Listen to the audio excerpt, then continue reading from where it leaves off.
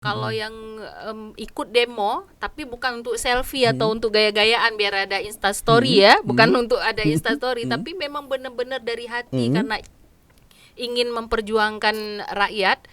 Saya katakan bahwa saya akan beri nilai A. Man and Match. Oke, roll action. Assalamualaikum warahmatullahi wabarakatuh, sahabat-sahabat Ujung Barat. Ketemu lagi dengan saya Cika Setiadi. Nah, hari ini di studio kita telah kedatangan salah seorang Wonder Woman-nya Aceh.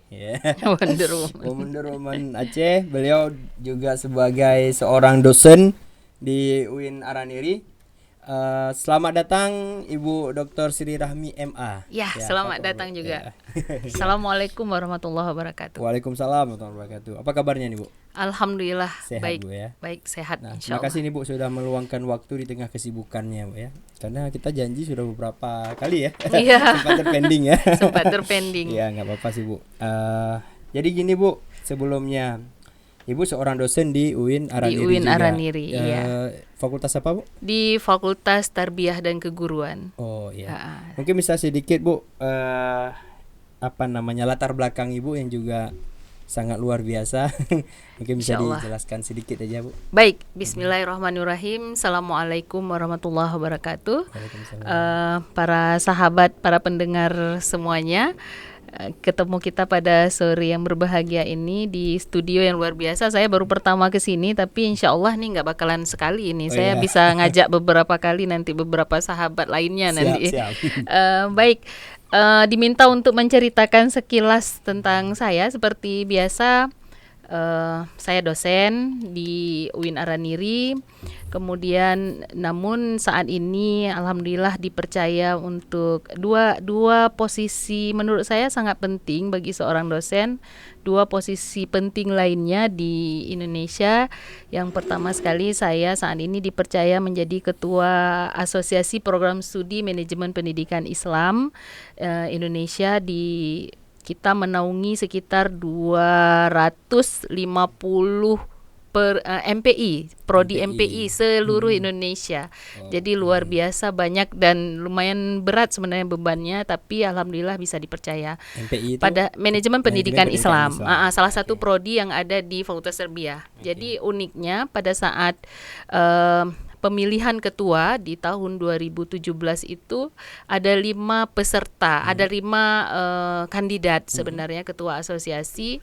Yang pertama, yang satu dari Jakarta, UIN Jakarta, kemudian ada dari UIN Bandung, ada yang dari UIN Makassar, ada yang dari UIN Medan, dan satunya saya dari UIN Araniri.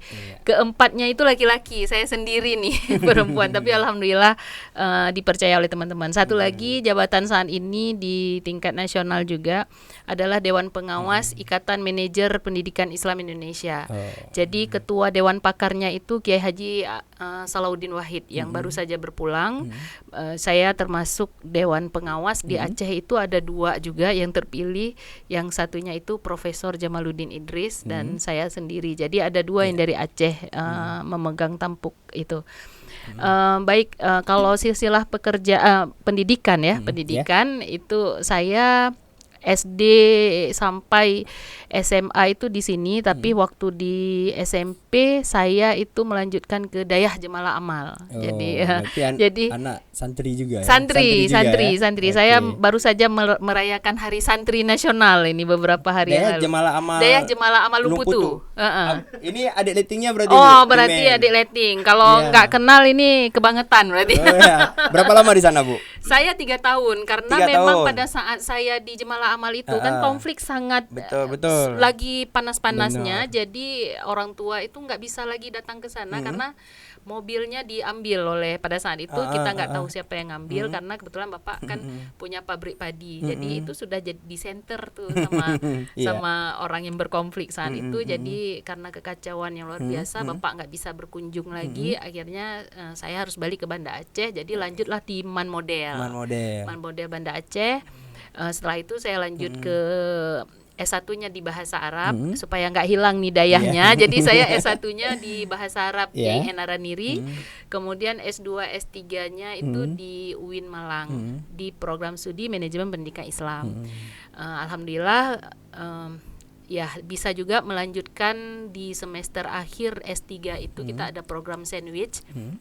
Jadi siapa saja yang sudah punya proposal disertasi itu untuk mempresentasikan proposalnya di Deakin University di Australia untuk bidang manajemen and leadership. Jadi alhamdulillah sempat juga ke sana ya, walaupun bahasa Inggrisnya tertata-tata tapi masih sempatlah ke sana untuk kos beberapa bulan gitu.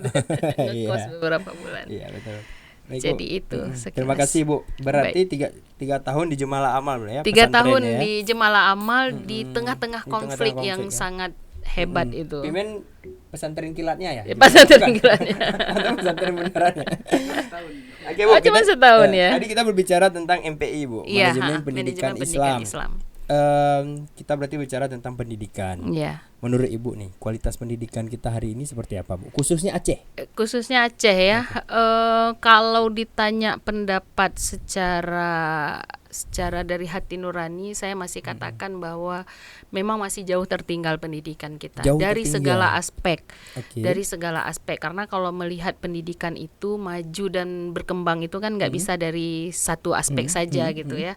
Nggak bisa kita lihat wah anak-anaknya banyak yang nggak lulus UN, itu hanya satu kriteria kecil. Pernyataan kemarin ini pernyataan Pak Rektor ya, itu hanya satu komponen kecil. Tapi kalau dilihat secara keseluruhan, itu ada yang namanya manajemen sumber daya pendidikan. Jadi kalau melihat pendidikan secara utuh itu kita harus melihat sumber dayanya. Sumber daya itu ada 6. Yang pertama manusianya, sumber daya manusianya, baik itu gurunya, siswanya, tenaga kependidikannya.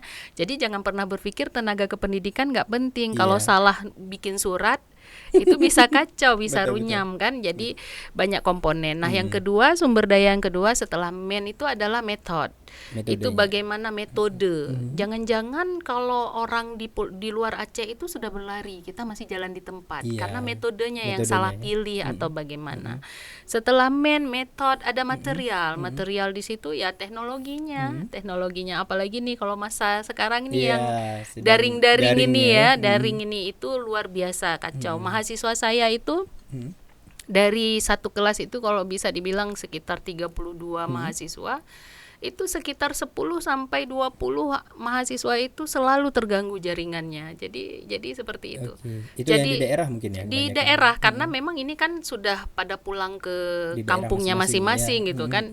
Dan disitulah salah satu indikator bahwa kita belum siap untuk teknologi itu, sarana prasarana. Jadi metode, material, kemudian money lagi itu yang lebih ya, pengelolaan keuangannya tidak merata atau bagaimana ya itulah.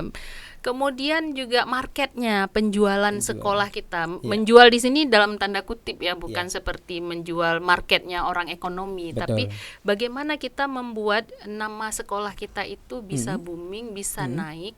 Bukan dalam konotasi duit saja sebenarnya, baik itu prestasi siswa dan lain sebagainya. Jadi kalau saya melihat masih banyak yang harus dibenahi dari sumber daya pendidikan. Kalau mau pendidikannya baik dan benar dan bisa bersaing dengan di luar Aceh. Kalau saya seperti itu, nggak bisa dilihat satu-satu komponen saja. Tapi dari semua komponen itu kita sangat tertinggal.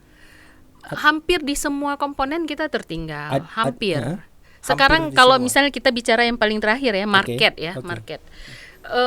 Kalau di Jawa, khususnya di Jawa, karena saya lumayan lama di Jawa ya, S2, S3 saya di Jawa. Di Jadi mana, Bu? di Malang. Di Malang. Nah, kebetulan karena suami di Surabaya, suami ngambilnya di Surabaya S3-nya. Jadi Malang, Surabaya itu ya saya pahami benar lah seperti apa. Apalagi saat ini karena sudah dipercaya untuk memimpin MPI seluruh Indonesia. Jadi hampir seluruh Indonesia saya pernah datengin untuk memberi materi, kemudian melihat kondisi pendidikan di sana. Ketertinggalan kita itu kalau di Jawa itu saya pernah bertanya sama adik-adik pada saat itu saya lanjut S2. Saya tanya, kalian mau ikut tes di mana? Kalau dulu kan tidak sistem online ya, tes perguruan tinggi itu manual sekali. Jadi saya tanya, hampir sekitar 60% dari orang yang ada di kosan sementara saya sebelum kita masuk kuliah itu memilih bukan kampus negeri. Swasta. Muhammadiyah, yang pilih Unisma, yang pilih ITN Malang. Jadi artinya ya mau saya katakan bahwa ternyata di sana swasta sudah bagus. SD Islam Sabilillah di Malang itu sudah bagus sekali. Kemudian tempat saya meneliti di Medan, SD Safiatul Amaliyah. Kemudian Hikmatul Fadilah di Medan. Padahal itu di daerah amplas yang kiri kanannya itu non muslim, Iya, tapi betul. sekolahnya bagus. Nah, sedangkan di Aceh yang baru laku itu hanya negeri. Swasta itu harus benar-benar kerja keras baru bisa sedikit terkenal atau sedikit punya nama. Jadi kalau bisa dikatakan cara kita kalau bicara market tadi ya, cara kita mempromosikan sekolah juga masih ada kendala. Jadi mulai dari kalau kita sebutkan di dalam manajemen itu 6M. 6M. Sumber daya manusia, sumber daya pendidikan itu disebut kita 6M. Material, method, mesin, kemudian market dan money. Jadi ada 6M. 6 Dan komponen. 6 komponen. Itu semua harus stabil baru pendidikan bisa bagus. Nah, untuk di Aceh sendiri dengan yang tadi menurut Ibu sangat memprihatinkan pendidikan kita, yang bertanggung jawab atau yang kesalahannya itu sebenarnya di siapa sih, Bu? Nah. Apakah di masyarakatnya atau si anak didiknya atau si pengajarnya atau lembaganya atau pemerintahnya nih, Bu? Ya. Kalau bicara tanggung jawab, maka kita juga harus bicara tentang tripusat pendidikan. Tripusat pendidikan itu ada 3 unsur yang bertanggung jawab terhadap sebuah pendidikan itu. 3 unsur itu yang pertama sekali adalah sekolah. Kalau kita bicara sekolah, maka mulai dari pimpinan lembaga pendidikannya, guru-guru di situ, tenaga administrasinya, siswanya juga, kemudian termasuk sampai komite sekolah dan pengawas. Sampai ke sana. Jadi kita tidak boleh menyepelekan tugas komite dan pengawas. Sebenarnya pengawas sekolah dan komite itu bisa menjadi filter, bisa menjadi filternya sekolah. Jadi hanya 2 komponen ini di dalam tripusat itu sekolah itu 2 komponen ini yang bisa menjadi polisinya sekolah dalam tanda kutip ya. Artinya kalau sekolah sudah mutunya sudah mulai agak kemana ke mereng-mereng dikit itu bisa ditegur atau diurus oleh komite dan pengawas sebenarnya. Nah, itu tripusat yang pertama sekolah. Yang kedua itu keluarga. Atau bolehlah kita balik keluarga dulu kemudian sekolah. Keluarga juga bertanggung jawab.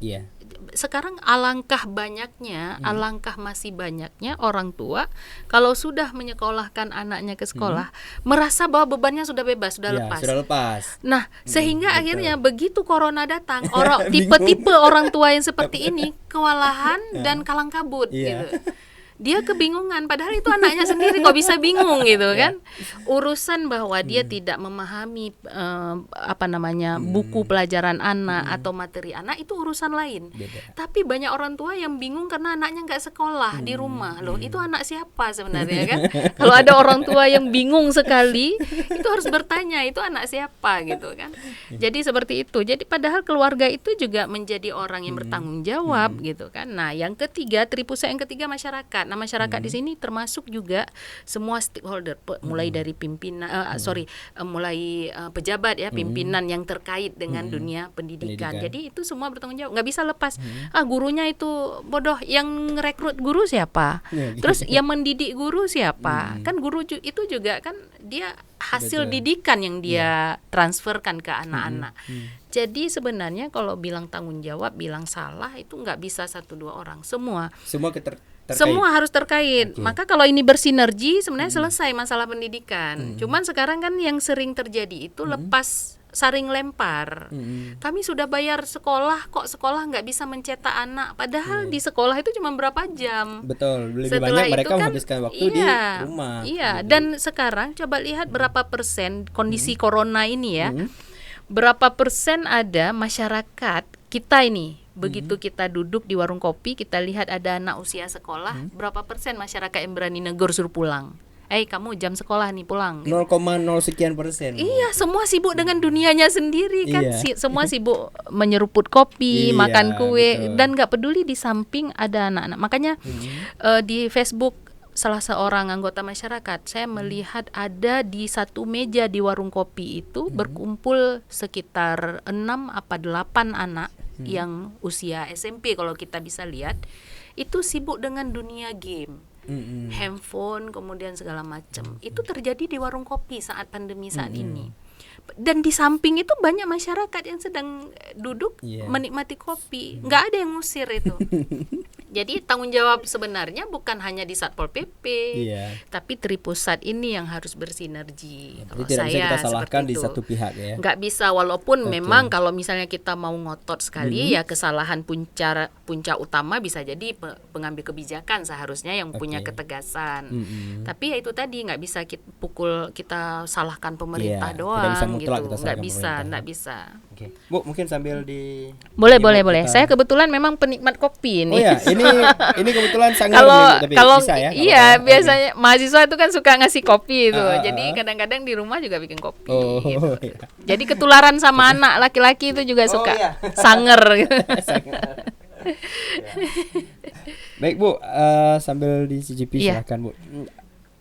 Ini kan kita banyak polemik Bu, kita dengar di media sosial mengenai Pak Mas Menteri kita. Iya betul. Ya, Mas Menteri kita ya macam-macam lah. Iya, Yang betul. katanya belum punya, ini tidak berpengalaman, tetapi menjadi Menteri Pendidikan dan sebagainya. Iya betul. Nah, menurut Ibu sendiri,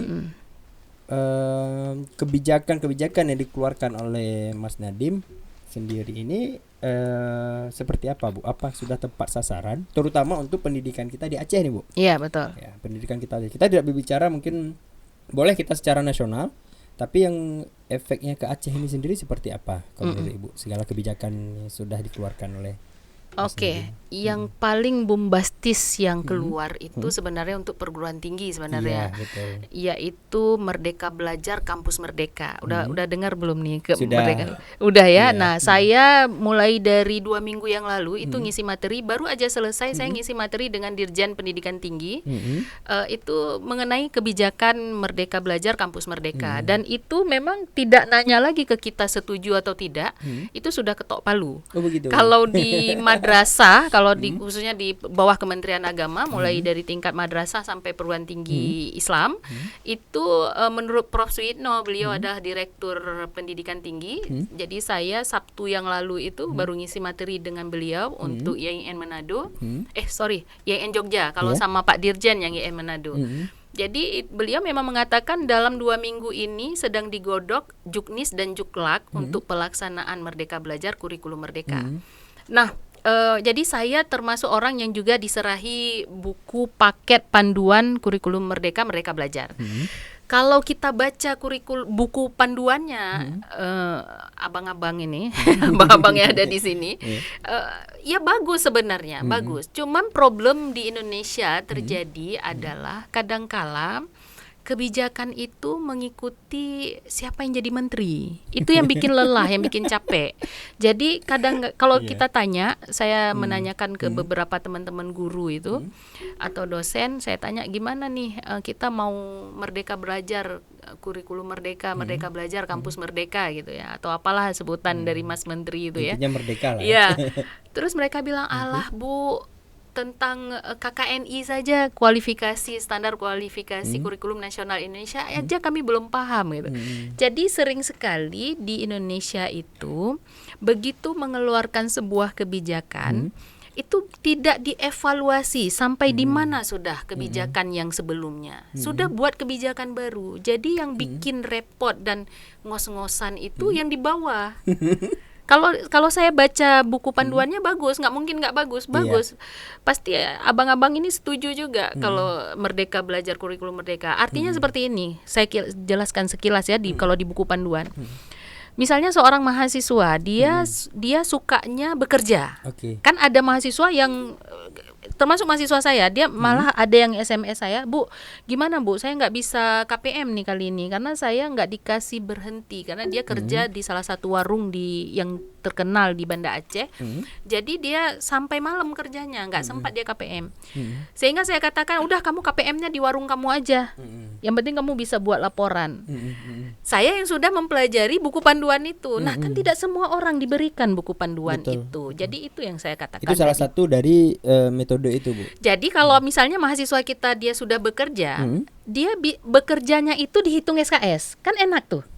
gitu. Gitu Merdeka Belajar itu. Jadi misalnya dia itu kerja di luar negeri. Jadi sehingga kuliah itu nggak perlu luring lagi, nggak perlu tatap muka lagi. Jadi bagi mahasiswa yang memilih untuk bekerja, tapi dia sambil kuliah, nanti dipilihkan oleh dosen pembimbing. Dosen itu nanti fungsinya hanya membimbing saja. Jadi misalnya dia harus mengambil 20 SKS untuk materi. Ya sudah, di mana saja dia boleh duduk di ruangan ini, kemudian dia online dengan dosennya. Kemudian ya sudah sambil dia bekerja. Jadi bekerjanya dia itu juga dihitung SKS. Jadi sehingga tidak hanya di kampus. Sebenarnya cita-cita Mas Nadim itu gimana caranya mahasiswa itu selesai dia kuliah, semua bisa bekerja di mana yang dia suka gitu kan. Konsepnya bagus dan kadangkala kalau kita pikir benar, cuman kalau dilihat dari keseluruhan aspek Indonesia belum siap. Dari sudut SDM-nya, fasilitasnya belum siap gitu. Kalau anak-anak kita yang kuliah bantu orang tua di desa, di sawah gitu. Orang mohon maaf katakanlah saya pernah ditugaskan oleh Kopertais LL Dikti itu yang di Aceh itu untuk mengawas kampus keperawatan di Rimo Singkil. Baru beberapa awal bulan yang lalu saya ke Singkil itu untuk melihat ke salah satu kampus swasta. Di sana itu blank spot, sering sekali nggak ada sinyal. Terus bayangkan kalau anak mau merdeka belajar, sinyalnya nggak ada 1 minggu full, itu nggak ada kadangkala. Tidak hujan, tidak petir, memang seperti itu wilayah itu. Kadang-kadang hilang sendiri. Berganti nama itu Bu, bukan lagi Merdeka Belajar. Jadi belajar. Iya. Makanya saya katakan kan, gitu ya. Itulah yang menurut sebagian orang Mas Menteri itu kadangkala dia tidak lihat sampai ke akar rumput problem. Dia duduk di, kalau bisa kita istilahkan, duduk di tangga paling tinggi, tapi dia mengomentari tangga paling bawah yang dia tidak terlihat. Makanya sebenarnya nggak problem, dia itu bukan orang pendidikan, dia itu nggak pernah menempuh pendidikan di jalur itu, kok tiba-tiba jadi menteri pendidikan. Sebenarnya nggak apa-apa, yang penting dia mau berkolaborasi sama orang pendidikan di saat membuat kebijakan-kebijakan pendidikan. Nah, kalau itu yang dilakukan, ya mudah-mudahan bisa jadi bagus karena dia memang asal backgroundnya itu kan orang ekonomi, bisnismen gitu kan. Yang kekhawatiran banyak orang selama ini karena background dia itu adalah pengusaha, menjadikan lembaga pendidikan ini seperti sebuah perusahaan gitu, perusahaan yang tidak memperhitungkan aspek, hanya memperhitungkan duit saja, tidak memperhitungkan laba rugi itu yang dikhawatirkan oleh banyak orang. Ya semoga mudah-mudahan tidak terjadilah seperti itu, bisa menjadi perubahan yang berarti. Ya, mudah-mudahan kita berharap ya gitu. Betul. Bu, ini ada masuk.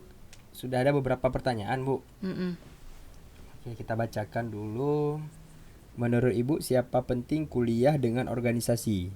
Karena ada beberapa doktrin organisasi yang bilang utamakan organisasi. Oke, bisa dijawab langsung ya. Langsung. Boleh. Kalau menurut Imam Al-Ghazali, kalau mau pinter banget ya harus lama-lama di satu tempat gitu. Tapi harus udah khatam nih, Bu. Kebetulan sarjana ekonomi kan, saya sering ditipu masalah ekonomi. Oh gitu, berarti jadi udah khatam. Sudah khatam berarti ilmunya. Oke, mungkin bisa dijawab. Baik. Oke. Kalau bicara tentang organisasi dan kuliah, mana yang lebih penting atau mana yang harus kita dahulukan? Kalau menurut saya dua-dua penting itu. Dua-dua penting. Kuliah itu bisa jadi hard skill, organisasi itu soft skillnya gitu. Jangan sampai kalau kuliah saja, misalnya kosan, kampus, pustaka, kosan, kampus, pustaka. Nanti selesai kuliah, dia malah bingung mau ngapain. Biasanya seperti gitu itu, ya? mau kemana gitu kan. Karena apa saya katakan seperti itu? Kalau mau belajar relationship, punya link di mana-mana, itu jarang dapat di kampus, di dalam perkuliahan. Dapatnya di mana? Di organisasi. Nah, yang kalau ditanya sama saya dua-dua penting. Bagaimana caranya supaya tidak ada salah satu yang merasa terabaikan atau diduakan? Ya manajemen waktu lah. Manajemen waktu. Ya, karena saya orang manajemen ya, jadi saya katakan pintar-pintar mengelola waktu. Kalau pintar-pintar mengelola waktu, organisasi dapat, kuliah juga selesai tepat waktu. Tapi jangan sampai kita korbankan keduanya, karena kalau mereka bisa bicara, kuliah dan organisasi bisa bicara, dua-dua hal ini tidak mau dinomorduakan. tidak mau, cuman karena nggak bisa bicara karena dia bukan orang, maka nggak ada yang protes. Kalau Betul. kita sibuk organisasi, sebenarnya kuliah ini akan protes. Kamu itu Iya. disuruh ke Banda Aceh, katakanlah kalau orang daerah ya, sama orang tuamu itu disuruh kuliah, akan protes.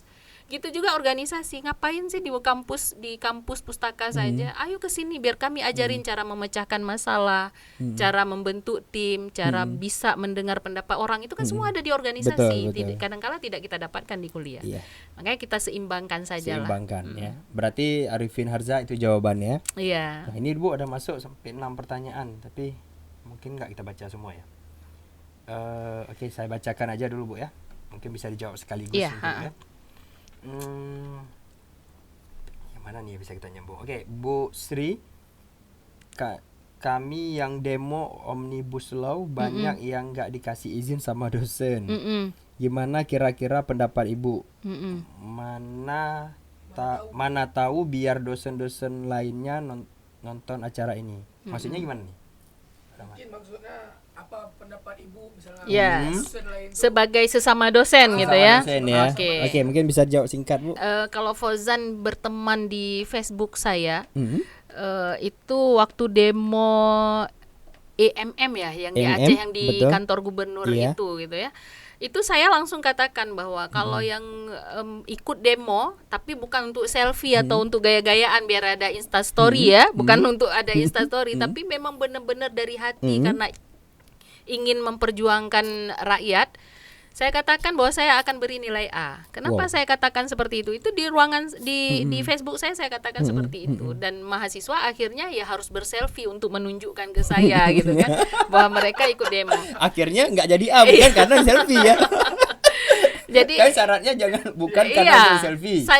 saya itu angkatan 95. Jadi saya katakan saya baru hargai kalau memang benar-benar dari hati. Kemudian memang benar-benar niatnya itu satu gitu, Iya. untuk memperjuangkan suara rakyat gitu kan. Karena kalau bukan mahasiswa kita pikir siapa lagi? Kan nggak mungkin dosen yang udah tua-tua seperti ini disuruh demo gitu kan, Iya. nggak mungkin. Bebannya udah banyak. Terus ada anak di belakang yang mikir nih kalau kena gas air mata gimana anaknya di rumah kan gitu. Iya, mahasiswa. Jadi saya juga termasuk salah seorang yang waktu nurunin Soeharto itu, kita tuh dari Darussalam jalan kaki ke gedung DPRA 98 ya. 98 sampai ke jembatan Lamnyong itu saya mencoba untuk menyetop labi-labi bersama teman-teman karena panas sekali Iya. saat itu. Jadi kita nyetop labi-labi mau naik ke DPRA. Sampai di jembatan Lamnyong itu disuruh turun sama koordinator. Saya ingat sekali Kausar Muhammad Yus yang saat ini dia sekarang jadi itu teman seangkatan itu, teman naik becak kalau pulang kampus itu. Jadi dia yang suruh turun dari labi-labi, kemudian kita jalan kaki. Bayangkan jauhnya dari Darussalam ke gedung DPRA itu jalan kaki. Jadi saya itu juga sebenarnya pendemo. Pendemo itu sebenarnya orang-orang kreatif dan orang-orang punya inovasi dan ide-ide yang brilian sebenarnya. Cuman yang kita sayangkan ada beberapa oknum sebenarnya. Nggak boleh nyalahkan pendemo, oknum itu. Kalau ada yang membakar, merusak fasilitas, itu adalah oknum. Nah, kalau ada dosen yang tidak memberi izin, saya pikir saya tidak mau menyalahkan dosennya. Mungkin ada yang salah dengan komunikasi. Kalau memang demo itu sudah terjadwal, misalnya biasanya kan mahasiswa gitu, ada korlap ya kan, dan kita sudah diumumkan jauh-jauh hari nih, 3-4 hari yang akan datang kita akan lakukan demo nih. Nah, alangkah baiknya kelas itu kan ada komtingnya, komisaris letting ya. Nah, lakukan komunikasi, karena skill komunikasi itu skill yang paling dituntut untuk era revolusi industri saat ini. Jadi bagaimana cara kita mengemukakan bahasa keinginan kita kepada dosen kita. Saya yakin kok dosen kalau diberi pemahaman, karena dosen Pasti itu kan pasti nggak paham. baru lahir langsung jadi dosen, dia kan Betul. tahapannya juga mahasiswa Betul. gitu kan. Saya rasa mungkin ada yang salah dengan Komunikasinya, bahasa komunikasi untuk minta izin, karena Iya. sebenarnya ya dosen itu memahami kok, memahami. Ya itu kita beritahu cara baik-baik gitu kan. Kalau kan ini sudah lewat Omnibus Law. iya, Untuk demo-demo ke depan, mudah-mudahan nggak ada, udah benar negara kita. Tapi kalaupun terjadi demo-demo ke depan, coba perbaiki bahasa izin dengan dosen, karena memang tipikal dosen juga sama dengan tipikal mahasiswa, banyak tipenya. Ada dosen yang cuek, terserahlah kamu mau demo atau enggak gitu kan. Ada dosen yang panik, dia pokoknya pikirannya itu anak saya harus lulus, harus ada dosen akademis. Dosen akademis itu kalau masuk jam 8 ya jam 8 harus sudah ada mahasiswa. Ada dosen milenial, milenial itu mahasiswa demo, dia ikutan demo. Jadi sebenarnya bukan hanya mahasiswa punya tipe, dosen juga punya ya? tipe gitu. Baik, berarti mahasiswa Ibu sepertinya banyak berharap selalu ada unjuk rasa, Bu ya. Aksi ya supaya dapat A selalu ya. Yang penting jangan lupa selfie. Tapi itu kayaknya menjebak ya, Bu. Boleh ikut, boleh tapi ikut. tidak boleh selfie. Iya. Begitu cara menunjukkannya ada ikut dengan selfie, berarti nggak jadi nilai Jadi A-nya. saya nanya sama mahasiswa, saya tanya kamu parkirnya di mana gitu kan? Di Masjid Oman, Bu. Saya pancing gitu kan, di Masjid Oman, Bu. Terus demonya di mana? Di kantor gubernur. Itulah, Bu, nggak bisa lagi parkir di kantor gubernur, nggak dikasih masuk lagi. Berarti dia niatnya sebenarnya parkirnya di dalam kantor gubernur. Saya katakan, dulu Ibu dari Darussalam jalan ke Perak. Ini parkir di situ, datang ke sini terus selfie. Akhirnya dia malu sendiri sebenarnya. Untung dia nggak jawab, Bu ya. Ibu dulu nggak ada motor, Bu. Iya juga sih Iya, sebenarnya. Oke. Baik, Bu, ini ada pertanyaan lagi, Bu. Bu Dokter, tolong masukannya mungkin ya. Masukannya dong. Apa hal-hal positif lainnya yang bisa dilakukan oleh anak-anak kami setelah melakukan aktivitas sekolah atau kampus? Kalau bicara anak berarti kayaknya sudah bapak-bapak ya. Sudah bapak-bapak. Sudah bapak-bapak, bukan semester awal lagi ya. Iya, benar. Jadi Bukan orang ikut demo tadi. Iya, bukan orang ikut demo lagi. Pak Nurdin, supaya anak tidak ada waktu luang yang sehingga dia bisa memikirkan atau melakukan hal-hal yang tidak kita inginkan, penuhkan waktu anak dalam satu hari itu dengan hal-hal yang positif. Jadi yang bisa men-setting itu adalah kita sebagai orang tuanya yang bisa men-setting.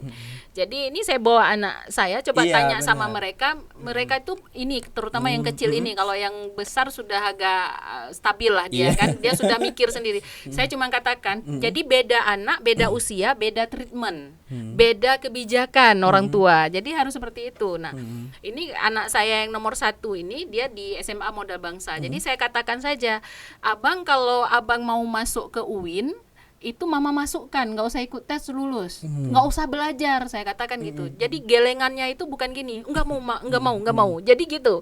Nah, karena dia pilihannya itu di teknik informasi, di UGM atau di ITB, saya katakan kalau mau di UGM, mau ITB ya belajar. Karena nggak bisa mama yang luluskan itu, harus dari sendiri. Jadi nggak perlu disuruh belajar, anak itu jangan belajar, kamu belajar. Nggak boleh nonton, nggak boleh ini, nggak boleh itu. Jadi itu terus terekam di kepala anak. Nggak bolehnya itu yang terekam. Nggak usah, kita tinggal bilang aja. Saya dengan kesibukan saya dan laptop saya sendiri, papanya juga seperti itu karena backgroundnya sama-sama dosen dan punya jam mahasiswa yang juga banyak. Jadi saya cuma bilang gitu, kalau abang mau kuliah di UIN, nggak apa-apa nak, nggak usah belajar. Saya katakan seperti itu, nanti mama yang luluskan.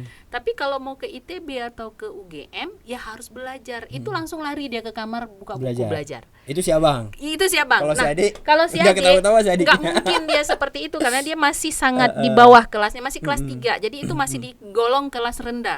Kelas 4, 5, kelas 4 ke atas itu sudah mulai kelas tinggi.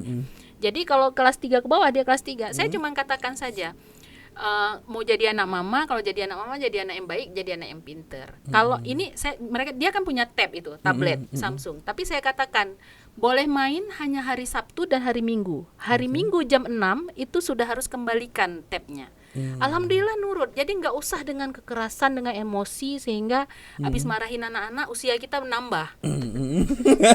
Tensi naik, asam urat naik. Jadi itu merugikan kita sendiri. Jadi iya. Jadi kita bagi sendiri waktunya. Saya katakan sama anak saya yang kecil ini, kalau yang besar dia udah belajar, udah kebutuhan dia sendiri. Kalau ini kan belum karena masih kecil. Saya katakan ada ruang kerja di rumah, saya katakan adik mama lagi webinar ini, adik duduk di samping mama. Belajar sampai jam 12 siang, saya katakan itu. Pokoknya jam sekolah belajar sampai jam 12. Setelah itu boleh nonton sebentar atau bermain apa saja kayak ke permainan kita, tetap dengan pengawasan kita, jangan di luar rumah. Jangan di luar rumah kalau untuk anak sebesar ini. Bahkan kalau yang besar juga nggak usah lah. Sekarang ngeri banget di luar itu, Pak Nurdin dan semuanya yang mendengarkan hari ini.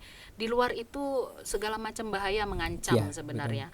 Pergaulan, narkoba gitu ya, mau video-video porno. Jadi lebih bagus di rumah saja bersama kita. Dan alhamdulillah ini anak saya 3 orang. Ini 2 Bu ya? 2, yang satunya di Jawa, adiknya. Yang nomor 2 di Gontor. Di Gontor Putri. Jadi seperti itu. Jadi treatmentnya Pak Nurdin, kita lihat usia anak, kita lihat tipikal anak, karakter anak, kemudian baru kita berikan kebijakan, kemudian kalau pemerintah bilang regulasi. Ya. Ini kalau sudah Jumat malam Sabtu dia langsung bilang, "Mah, besok hari apa ya?" Karena dia ingat hari Sabtu itu hari boleh memakai, boleh pegang Android itu, dan itu gamenya game yang tidak berbasis internet. Jadi ini Maya, dan alhamdulillah insya Allah kalau kita dampingi terus, anak juga bisa diatur kok, nggak sulit diatur gitu ya? anak. Yang penting dipenuhi. Kemudian bisa ngaji. Ngaji juga kita kasih tahu bahwa ngaji itu habis maghrib. Kalau ada ustadz ke rumah itu setelah asar itu ngaji gitu ya. Jadi insya Allah ya gitu. Itu caranya Bu, pokoknya penuhkan aktivitas sehari-hari anak itu dengan aktivitas yang bermanfaat. Insya Allah dia lupa sendiri bahwa kondisi sedang corona atau bagaimana. Insya Allah seperti itu Pak Nurdin. Iya. Baik Bu, terima kasih. Tapi ini saya tanya sama si adik nih. Ya adik, Sabtu Minggu ya berarti ya? Iya kan, Sabtu Minggu ya. Mungkin bisa di shoot ke adiknya Sabtu Minggu. Ada nggak dari Senin sampai Jumat merayu mamanya? Boleh lah, boleh lah. Enggak berani. Ya, nggak berani ya. Buka aja maskernya mau dilihatin. Iya, biar kelihatan nih. Biar kelihatan cantiknya. Iya. Berarti Senin sampai Jumat nggak boleh megang ya? Enggak. Pernah merayu mamanya nggak untuk pegang? Mantap. Enggak pernah alhamdulillah. Nggak pernah merayu ya? Sabtu Minggu baru boleh ya. Oke. Baik Bu, ini sebenarnya ada banyak pertanyaan Bu. Bu, efektif nggak sih sekolah sampai sore itu? Anak saya ngeluh nggak bisa jalani hobinya lagi karena malam harus ngaji. Oke, itu dari Rahmi Kemala. Itu masalah full day ya. Full day. Kemudian dari Zulfikar, bagaimana kita kampanyekan pendidikan Aceh ke depan agar tidak tertinggal jauh. Oke, mungkin bisa sekali dijawab aja Bu. Iya, boleh. Kalau kita berbicara tentang full day school, seharusnya yang harus dipahami dengan konsep full day school itu adalah bukan full belajar akademik dari pagi sampai sore. Itu kalau sekolah yang paham full day, sebenarnya anak-anak nggak bakalan stres. Jadi sebenarnya full day itu pagi sampai siang itu pelajaran wajib seperti biasanya. Kemudian setelah duhur itu adalah mata pelajaran pendamping. Kemudian setelah asar itu sampai menjelang pulang itu ekstrakurikuler. Sehingga sebenarnya gini, konsep full day itu kan sekolah perkotaan yang dikhawatirkan bahwa kedua orang tuanya bekerja sampai sore, sampai sore tidak dapat mendampingi anak-anak. Sehingga anak-anak pulang sekolah ke warung kopi atau nongkrong di PS gitu kan. Nah, kekhawatiran itu dibuatlah konsep full day. Nah, seharusnya kalau benar sekolah menjalankan konsep full day, anak-anak tuh nggak stres karena hobi dia yang dulunya di rumah dia bisa bawa ke sekolah. Misalnya dia hobi main bola, sore itu anak disuruh main bola dengan temennya dan timnya. Jadi bukan belajar sampai menjelang pulang. Kalau itu pasti stres. Jangankan anak-anak, kita juga stres gitu kan. Dan tidak diwajibkan seperti itu. Karena mengganggu otaknya juga. Kalau jam kerja otak untuk yang padat itu betul, kan karena harus ada konsentrasi hitungan juga yang ini Bu ya. Betul. Nah, jadi seperti itu. Saya yakin kalau Rahmi tadi anak yang disekolahkan di sekolah full day itu jalin komunikasi dengan pihak sekolah. Bahwa sekolah itu ada kekeliruan konsep full day kalau seperti itu. Karena sebenarnya full itu lengkap dengan ekstrakurikuler, kulikuler dan ekskul.